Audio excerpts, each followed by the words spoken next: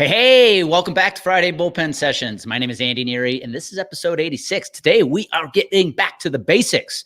Yes, it is the first official. I know January 1st was last Friday, but let's be honest, you weren't working. You weren't really doing all that much. You were probably resting, recharging, and resetting. This is the first full Friday. You are back to getting kicking ass. So let's level set. I don't care how awesome your year was last year. You got to get back to the basics. And if you didn't have a very good year, you have got to get back to the basics. So today I want to talk to you about how you can do that. What are some steps, some exercises you can take to really get back to the basics, to level set? And I'm going to share an exercise with you that's been very, very, very helpful for me that I want to pass along. But I want to start this by, thinking about what I mean when I say getting back to the basics. I've often shared that the name of this very podcast, Bullpen Sessions, was founded on the premise of how important a bullpen session was to me as a pitcher, right? Every week in season, it was my chance to go down to the bullpen, work with my pitching coach, and get back to the basics, right? I didn't have any batters that I was going to be facing in the bullpen. The game wasn't on the line. I could screw up. I could try new things. I could fail. But it was my chance to really go to work on the basics, the follow through, my delivery, my pitch selection, all that stuff. And if it weren't for my weekly bullpen session, I can guarantee you I would not have been the pitcher I was. I would have not had the success I had, hands down. And if you are a former athlete or you're an athlete listening in, you totally get this. You understand this. Every week you have to get back to the basics. Otherwise, you can't exceed in the sport you're playing. There is no way. And by the way, whether you're in sports or in business, those people you're looking up at right now that are having the success, the ones you admire, maybe even are a little jealous of, and you want to have their success, I can guarantee you they are getting back to the basics. So what the heck do I mean by this? Well, I think we have to start by checking our ego at the door. I don't care how successful you are right now. You are not too good for the basics. And I think the ego can be our best friend. It also can be our worst enemy. And if you think you're too good to get back to the basic drills, what we like to say in sports, the blocking and the tackling that have made you so successful in your sport, your career, business, whatever you have right now, this is the time you have to do it. I'm going to, a story I think about all the time that I heard, it's a well-told story in the world of sports, was the famous UCLA coach, John Wooden. If you think about this, man, he is probably the most successful coach in college basketball history. I know Coach K at Duke has the most wins ever, but think about some of the stats that go along with John Wooden's career. He won 10 national titles in 12 years at UCLA. Think about that. 10 national titles in 12 years. He won 80% of the games he coached in over 15, 20 years at the college level. 80%. And he coached 4 undefeated teams at UCLA. It is almost impossible for a college basketball team to go undefeated these days. I know there's been a few teams, some of the UConn teams and the women's basketball on the side of the women's basketball side have gone undefeated, but going undefeated in college basketball today over a 40-game season is almost impossible. He did it 4 times. Now, why do I share this? This man is possibly the most successful college basketball coach ever, but every single year, no matter how successful his team was the previous year, they could have been undefeated with a national title. Those first few practices, they got back to the basics. Literally, he had them learn how to put their socks and shoes on. Yes, he had them learn how to put their socks and shoes on. Think about that. These are guys like Lou Alcindor, Bill Walton, some of the greatest college basketball players we've ever seen, spent their first few practices every single season at UCLA learning how to put their socks and shoes on again. Why? John wouldn't want to send a message. He wanted to send the message that, again, I don't care how successful we were last year as a team, we are not too good to get back to where we started. We are not too good to get back to the foundational principles that have made us so successful. And I'm asking you to do the same thing right now. So here on January 8th, you are staring at a new year. And you may have the loftiest of goals right now. And you might be looking back just happy as hell, 2020 is over, and you've got a fresh start, new page. Or you're trying to keep the momentum going because you had an extremely successful 2020. So I want to share an exercise with you that has been extremely successful for me for the past 2 or 3 years, that has allowed me to get hyper-focused on what I need to work on that is the most important in the moment. So I am taking the appropriate action every single day. There's a huge difference between being productive and being busy. I'm going to teach you how to be productive here. So here's what I want you to do. If you're listening to this podcast right now, I want you to grab a piece of paper and a pen. Now, if you're in my coaching community, I've already given a tool to you that you can use to do this. But I want you to sit down with that pen and paper, and I want you to write down your goal for this year. What is your big, hairy, audacious goal, as they call it, the BHAG? What is that goal you want to accomplish this year? So if you and I were sitting here on December 31st, you're looking back at 2021 as the most successful year you've ever had. What is that goal? Write it down. Is it a sales goal? Might be a personal goal. I don't know. A weight loss goal. You name it. What is that goal you want to accomplish this year that would take your business, your life, your athletic endeavors to the next level? Now, you got that goal written down. I want you to start reverse engineering that goal. So let me use an example. Let's imagine your goal this year is to sell $500,000 in new revenue. You know, I come from the health insurance world. If you're an insurance rep, you want to sell $500,000 in new revenue.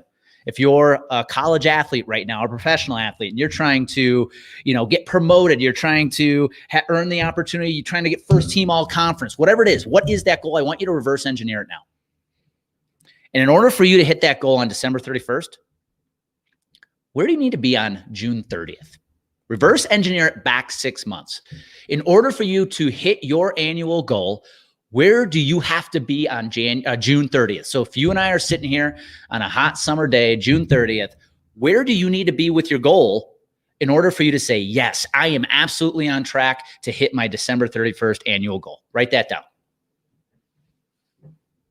Now, we're just going to reverse engineer it again. This isn't rocket science, but so few people do this. They look and create this huge lofty goal, and they do nothing to figure out what they need to be doing every single week to hit that goal. They set it, forget it, and 3 months into the year, they look up at this huge goal going, oh my God, I'm never going to hit it.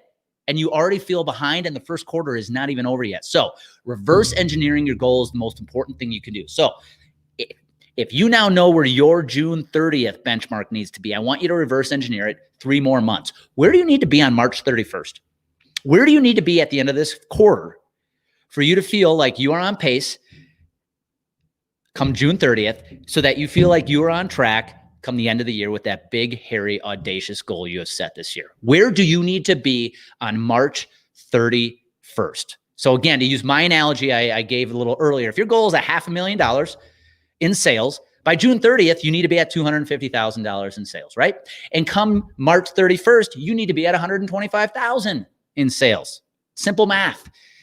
But whatever your goal is, reverse engineer it back to where you need to be on March 31st so you can be happy about where you're going to be on June 30th. And come June 30th, you are elated and hopefully ahead of pace of where you need to be so you can hit your annual goal. Now, you're going to reverse engineer that again.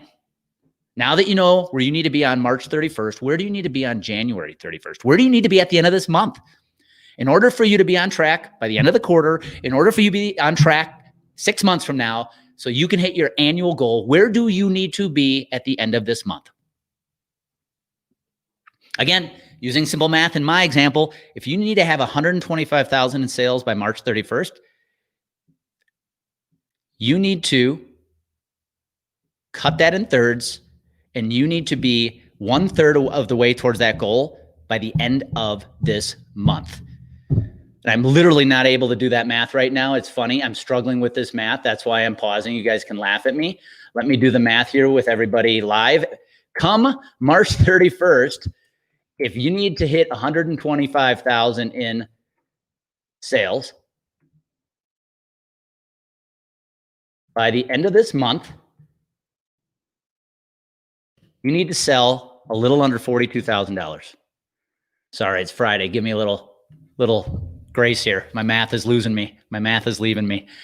By the end of the month, you need to be at $42,000 in sales in order for you to be on pace to be at $125,000 come March 31st. So you can be at $250,000 by June 30th. So you can feel like you are on track to hit that $500,000 goal. Again, whatever your goal is, reverse engineer it. Now, we are going to reverse engineer it 2 more times. If you now know where you need to be by the end of this month, where do you need to be by the end of the week? What is the number one priority you need to accomplish this week so that you can feel like you are going to hit your goal come the end of the month?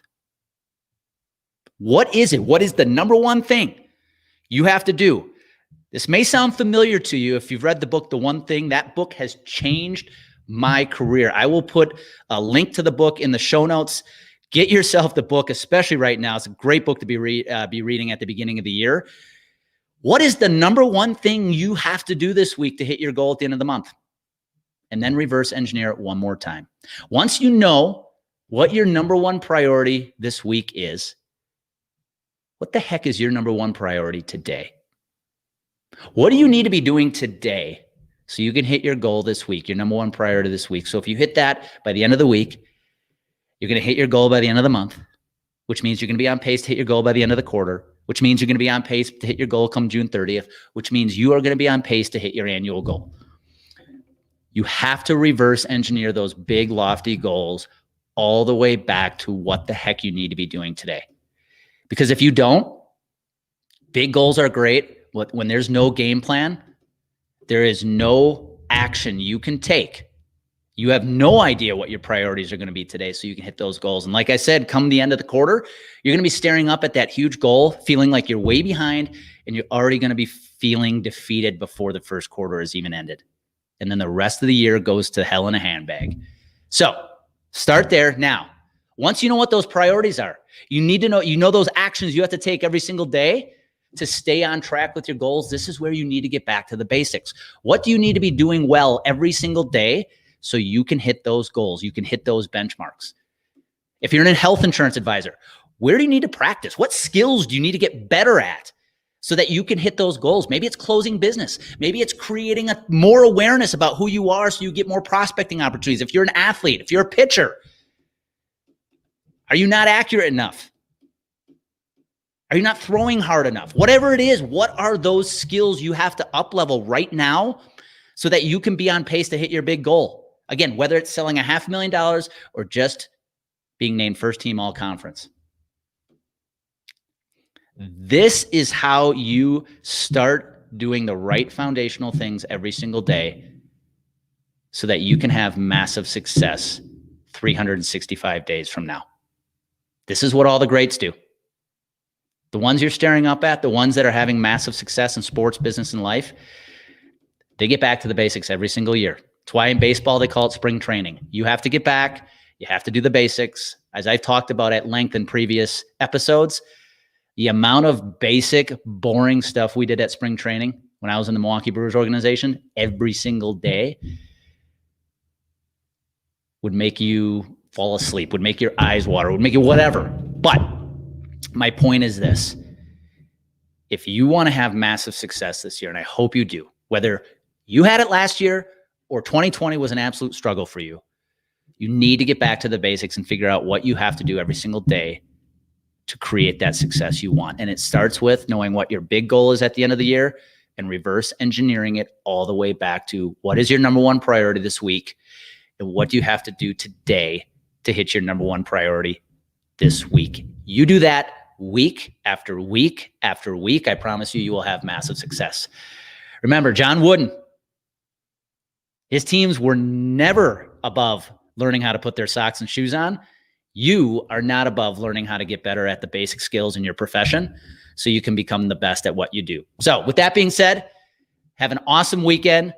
Here is to getting back to the basics. Here is to taking the time to get better at what it is that makes you so great, because the more you practice, the more you get back to the basics, the more you level set, the better your results are going to be year in and year out. So My advice to you today is get back to the basics.